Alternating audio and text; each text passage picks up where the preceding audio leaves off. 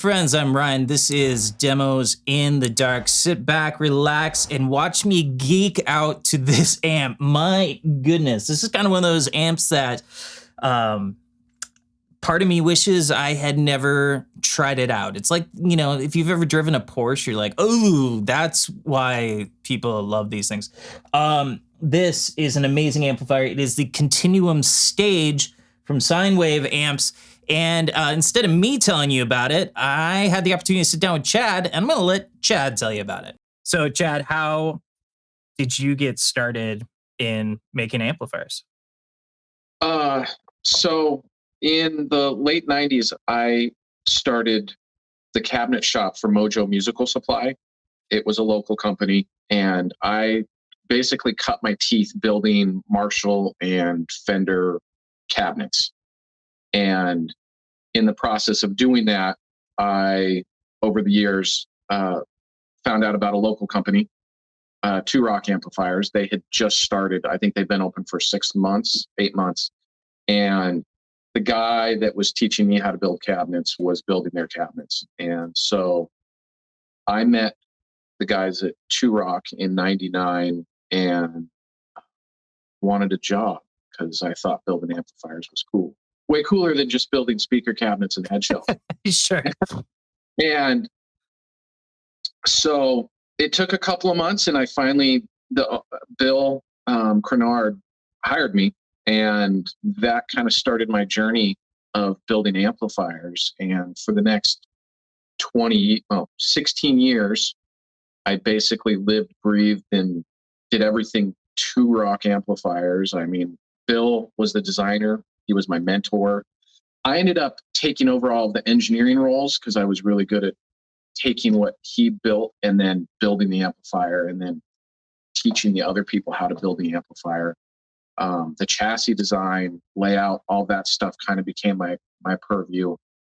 And then as things progressed, Two Rock became larger, got bought by different companies. And in 2015, I just didn't want to do the production thing anymore. I wanted to get back to just building amps.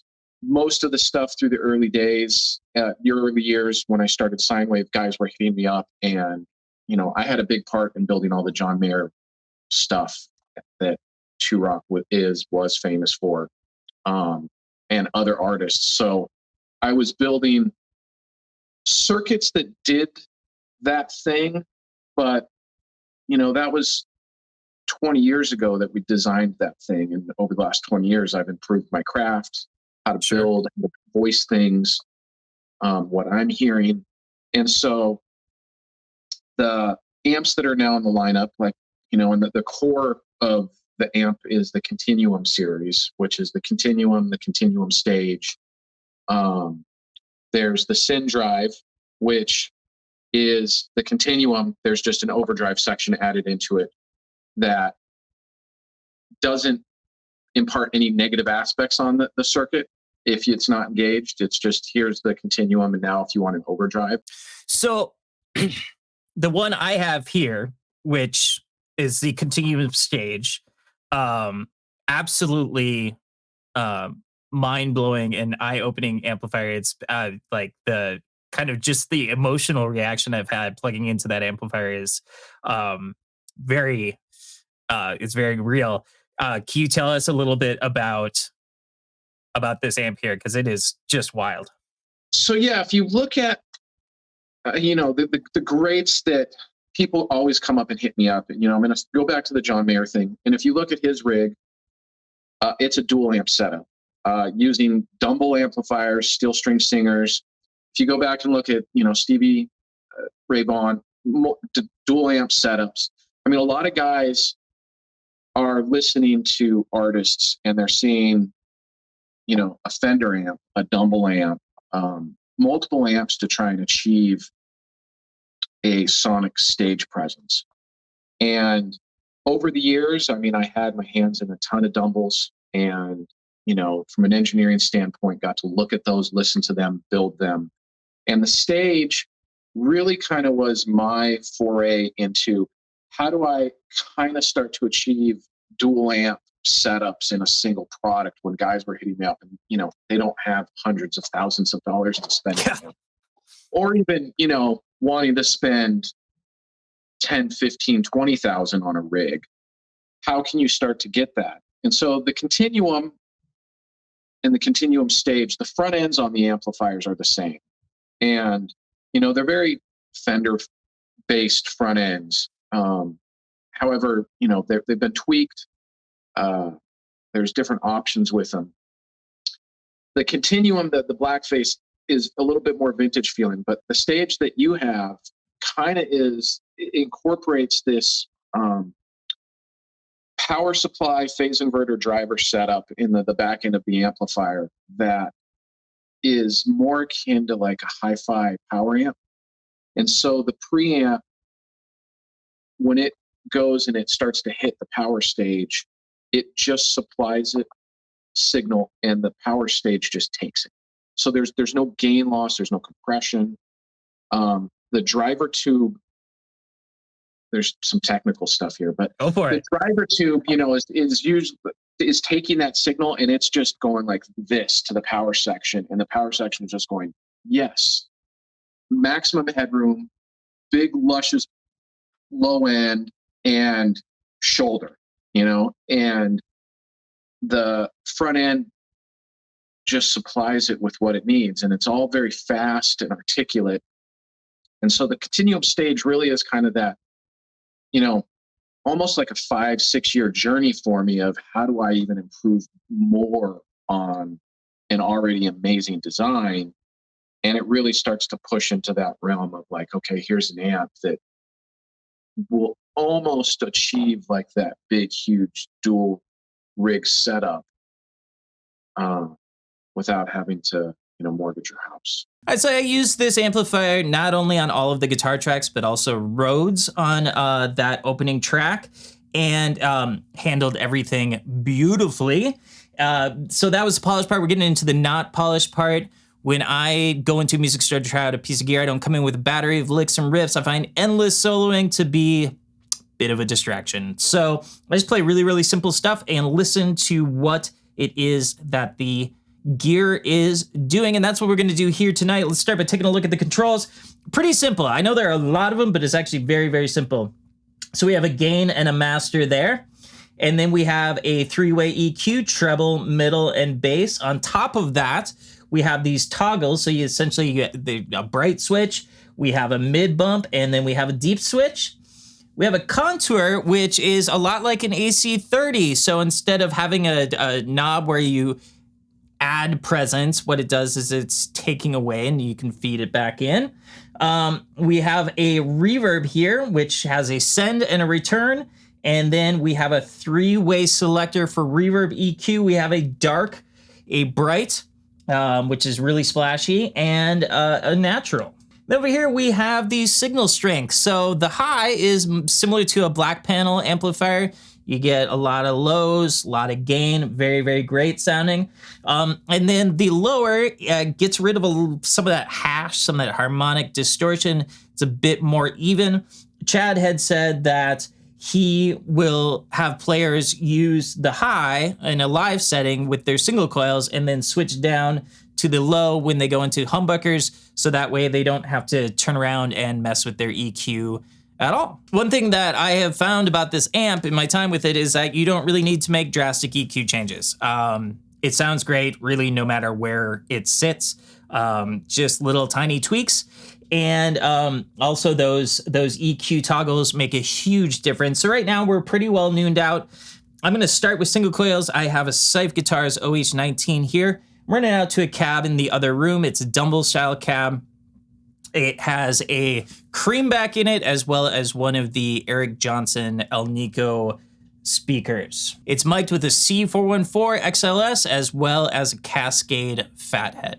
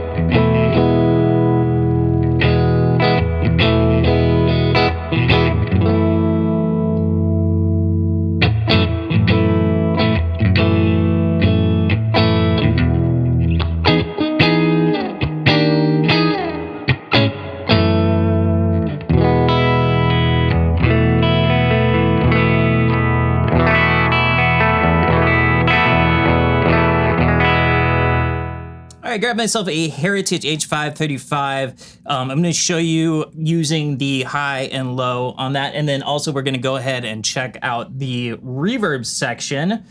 So on high, we have this sound.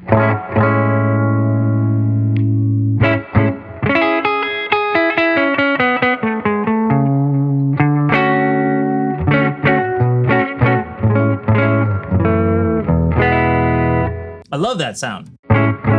But you go over here.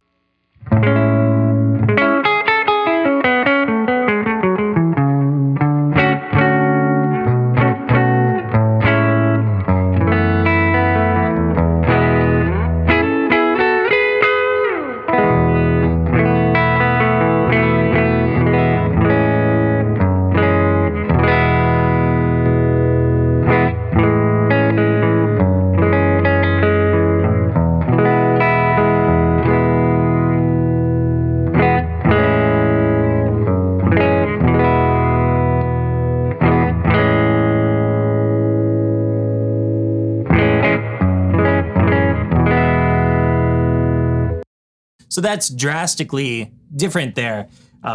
Guitar becomes a lot more balanced and stuff like that when you run down in the low mode. So let's check out this reverb. We have 3 different options. We've been in the natural. So you have a send and a return.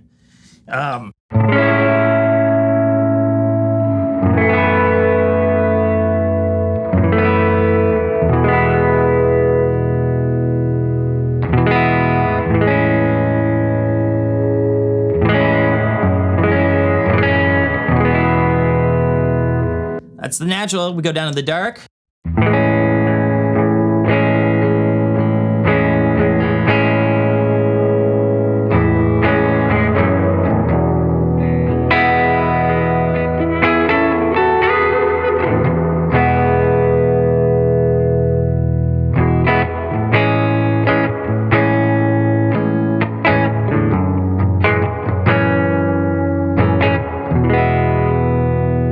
We can go up to the bright.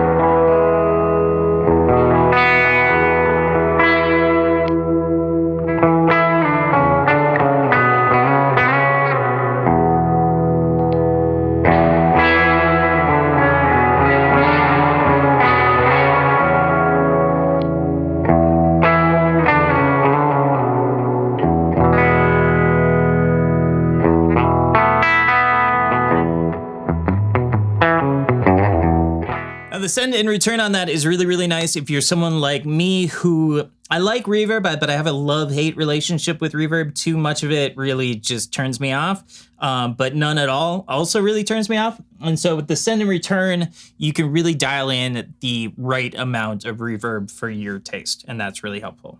All right, for this next section, I had to put the amp on the ground because honestly, just being that close to an amplifier with single coils, you're gonna get a whole bunch of RF noise. And what we're gonna do now is we're gonna feed a Paul Cochran Tim V3 into it, just to show you how great it sounds. And the Tim is a pedal that I have used since I was in my teens, and it's one that I'm really familiar with. And it's, you know, I don't know that I've heard it like this before.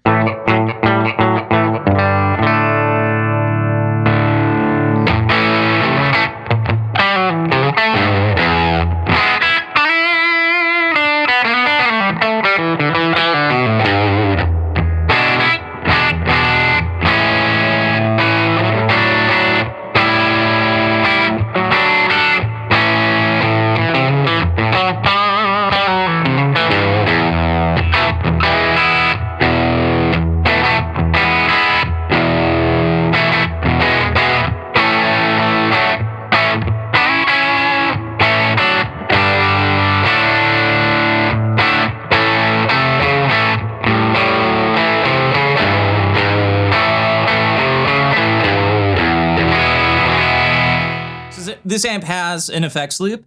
I don't use effects loops, you know, like most of my amps are either vintage amps or they are Class A type amps, and they don't have effects loops.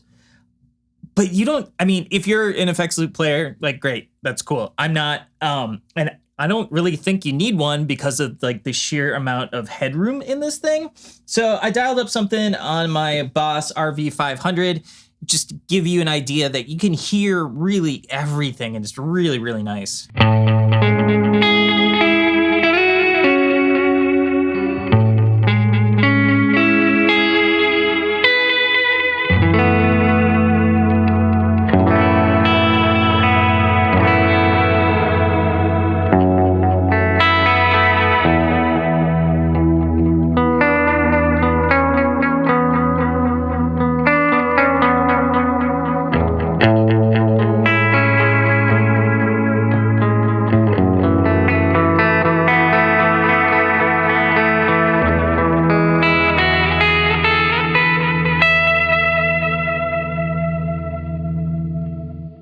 So you go, that is just a brief look at the Continuum Stage from SineWave Amplifiers. Really, really incredible amplifier. I'm going to be thinking about it long after I send it back to Chad. And thank you, Chad, man, for jumping on and telling us a little bit about yourself as well as this amplifier. And as always, thank you for the privilege of your time.